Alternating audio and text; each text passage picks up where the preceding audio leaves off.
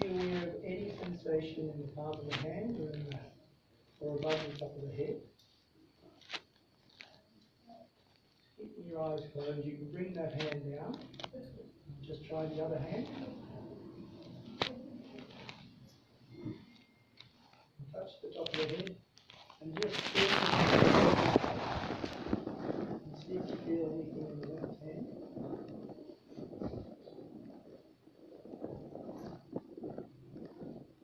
Now just bring that hand down. Open your eyes. Does everyone feel anything above the top of the head? Do they feel any cool or warm or peaceful? Peaceful? Cool? Warm. Anyone feeling hot?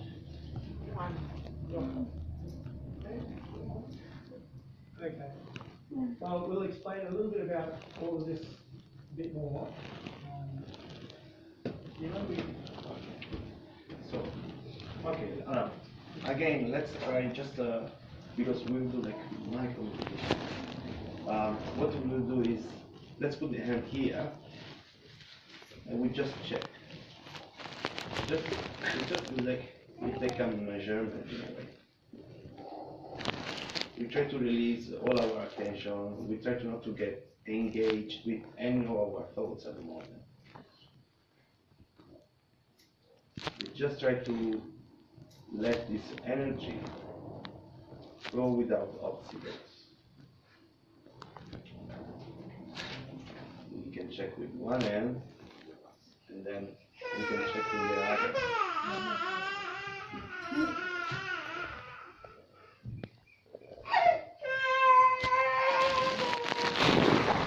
You should try the next person. Yeah. If you like, the next person next to you, just put your hand above their head and see if you feel something on somebody else. Sometimes you can feel it more in others than you can feel yourself, but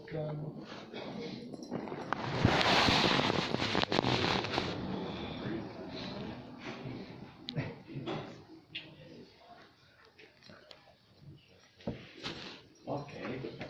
So, the best way to reach meditation, and this is something that can really help you at home, is that before to enter in a meditative state, you need a little bit to balance. So you have to clear out. Actually, you don't do anything. You know, like it's not that you do it. You have to let the Kundalini clear out your channels and chakra, at least enough to keep to shrink those two big institutions, which is the ego and the superego. I hope all of you know what is the ego and the superego. Let's say in simple terms, the terminal part of the right side and the right and left side. So there are our emotional side, there are our rational, materialistic side. Now, when we overreact to things and when we use our chakras too much, then these two, like balloons, actually they are in the brain. I discovered that they are in the brains, two balloons that they swallow. They increase the mental activity. Behind the microphone. I speak louder, okay? Okay. They increase the mental activity, and obviously you don't go thoughtless. And as you could hear from Shimadaji, the first step is to go thoughtless. Now, when we have thoughts, the pattern is this one. There is one thought arising, then you get engaged with the thought. You may think about somebody that you really love or something that really worries you. Then all of a sudden you get distracted on another thought. So it's like one arises, takes its time, then the thought dies, and then another one arises, and then takes its time, and then now between one thought and another one, there is actually a gap.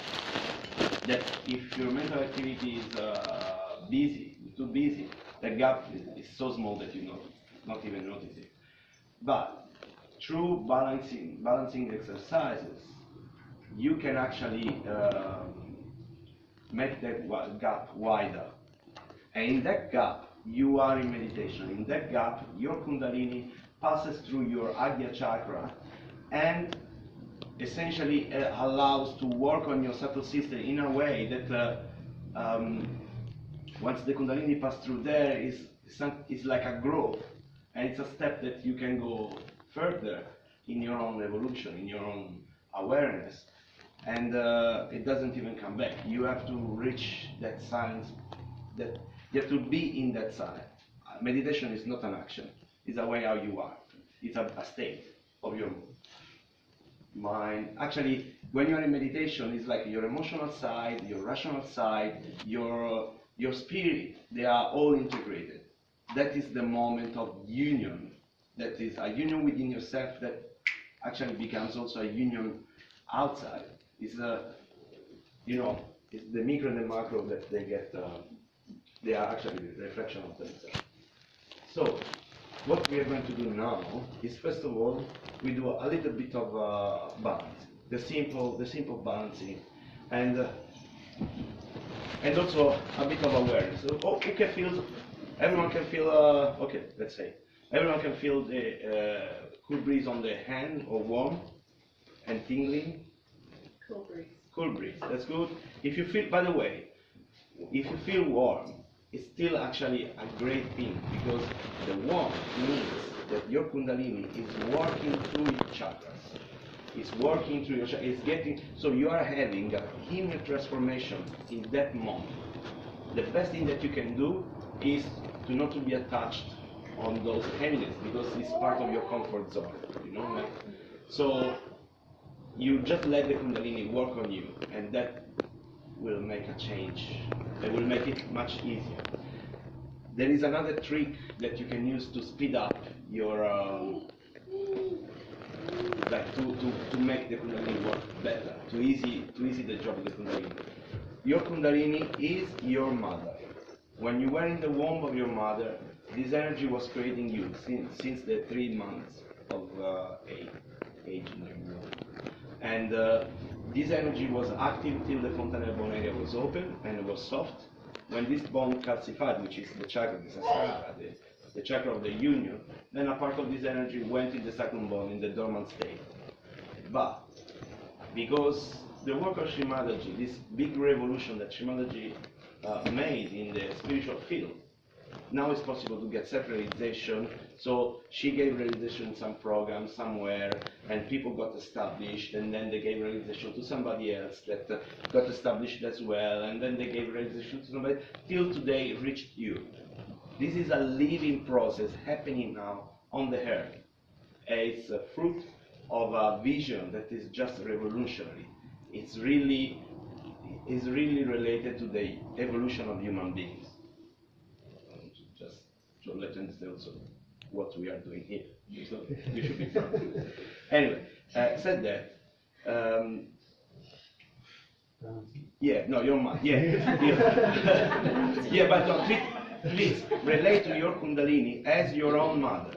Please call her mother, and call her with the full R. That will just speed up the things. And related to Sri Mataji, here there is some misconception sometimes. Our aim is not to make more disciples for Sri Mataji. This is something between you and Sri Mataji. If you recognize Sri Mataji as your guru, well done, welcome, good luck, because it's a path. Even though she made it very simple, you have to face your own comfort zone, I would say, and it's part of you. It's your history. You are welcome, and you can come. Doors are open.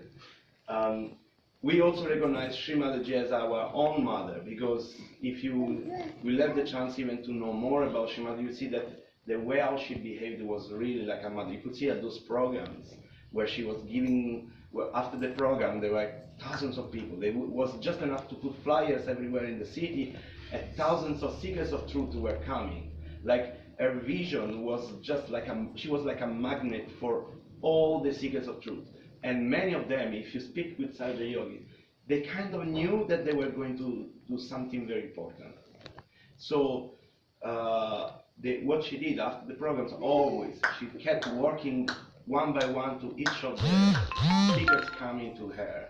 And that motherly attitude has been there all the time, and it is actually quite touching to hear stories. So if you meet some Sahaja yogis, please, if you want to really have some nice time, ask them how did they come to Sahaja Yoga, what happened to them. You will discover always stories of big changes and great reliefs, and big transformations and revelations, and it just that made life great. By the way, even though sometimes we are very happy, oh yes, you want to be a Sahaja yogi, is very proud of that, but the aim of all of this is not to make you a Sahaja yogi. That's your own path, as I say. So here what we want to give you are the tools, the knowledge to reach a different state of awareness and to be part, anyway, of this collective evolution that is happening now.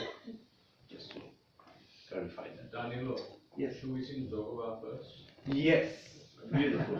Because also through music, Srimadaji taught us that you can actually raise the vibration, raise the Kundalini, and see. So now, please clap. Like it's not to be overexcited. You can actually look. If you're skeptical, don't clap. Just keep the hands open. But yeah, your Kundalini will respond to all of it. So this song is hundreds of years old. It's in the Marathi language, which is where Bombay or Mumbai is the capital of that area. And it's a song which is saying, "Oh Mother Kundalini, please rise. Please take me away from the past and the future, and let me be in the present moment." It has a very sweet, funny poetry where it links the past or the future with a mother-in-law or whatever it might be. Please take me away from these attachments or whatever it might be. But he's desiring that this could be. So there's one word in Marathi which is ude, which means rise. So we all sing that together. We always get everybody in the room together. It's an expression about the fire that is completely should rise. So we'll just sing that first. So you can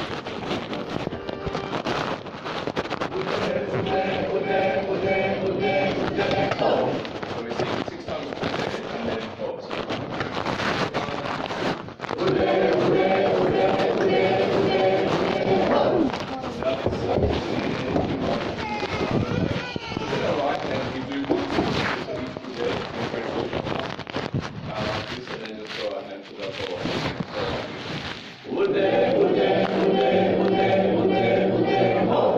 Now, this is not mumbo jumbo or anything, it's completely scientific what we're doing. But, Andrew's laughing, but it's true. No, it's your wording.